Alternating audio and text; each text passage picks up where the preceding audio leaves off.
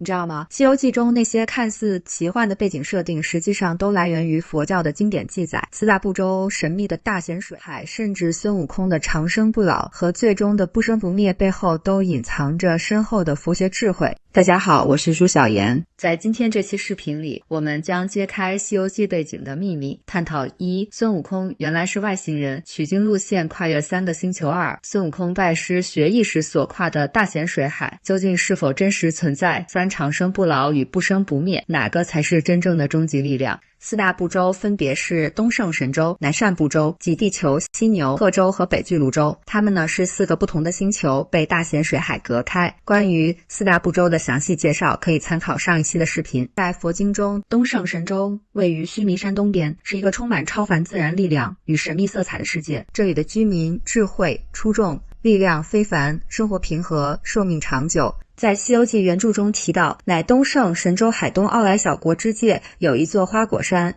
山上有一仙使，时产一卵，见风化一石猴。这种奇异的现象呢，正与佛经中描述的东胜神州相吻合，一个充满超凡自然力量与神秘色彩的世界。原著中，孙悟空去寻找长生不老之前，有一句描写美猴王享乐天真，何其有300-500载，大概意思是说，孙悟空与群猴无忧无虑地生活了300-500年。这与佛经中的描述生活平和、寿命长久完全契合。根据佛经，南赡部洲及地球位于须弥山南方，这里充满了欲望和生老病死的痛苦，寿命较短，但这里的众生正因苦难而有机会通过修行获得解脱。如果不能修行解脱，那将会陷入无尽的轮回。原著中对南赡部洲的描写，孙悟空来到南赡部洲，就发现这里的人们忙于追名逐利，完全忽视了生命的本质。原著中的诗句也生动地展现了这一点。争名夺利，几时休早起，迟眠不自由。骑着驴骡思骏马，官居宰相望王侯。只愁衣食单劳碌，何怕严君就取勾践子音。孙图富贵，更无一个肯回头。这一段正好对应了佛经中对南赡部洲的描述。这里的众生沉迷于物质追求，不重视修行与觉悟，生命短暂，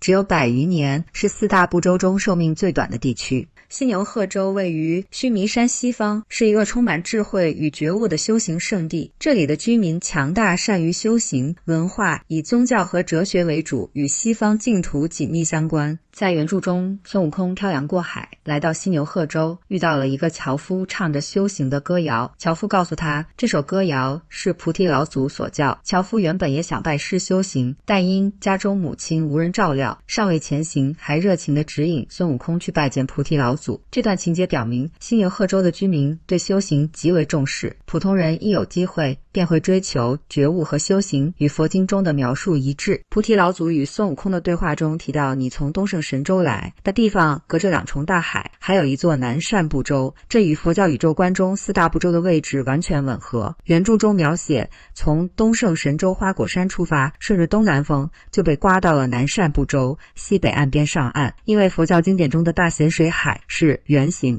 所以刮的东南风向应该是这个样子，正好吹到西北岸边啊。那这些都与佛教经典中的地理方位一致。为什么4大部洲被大咸水海隔开，而我们看到的是虚空？在《西游记》和佛经中4大部洲之间是被大咸水海隔开的，而不是虚空。那么这个大咸水海到底是什么呢？事实上，这个大咸水海并不是我们通常理解的海洋，而是存在于不同维度空间中的更广阔海洋。我们人类的感知能力局限于3维空间，而佛教中的视角可能位于4维、5维甚至更高维度的时空，描述的东西可能是我们人类不可见到的。现代科学将这种不可见的现象称为暗物质。因此，佛经中提到的大咸水海可以理解为一种超越3维空间的存在，它隔离了4大部洲，远远超出了我们日常的感知范围。长生不老与不生不灭，孙悟空从一开始追求长生不老，就表现出他对力量和永生的渴望。在取经的过程中，虽然看似被动参与，但实际上这是他内心深处对更高层次觉悟的自然渴望。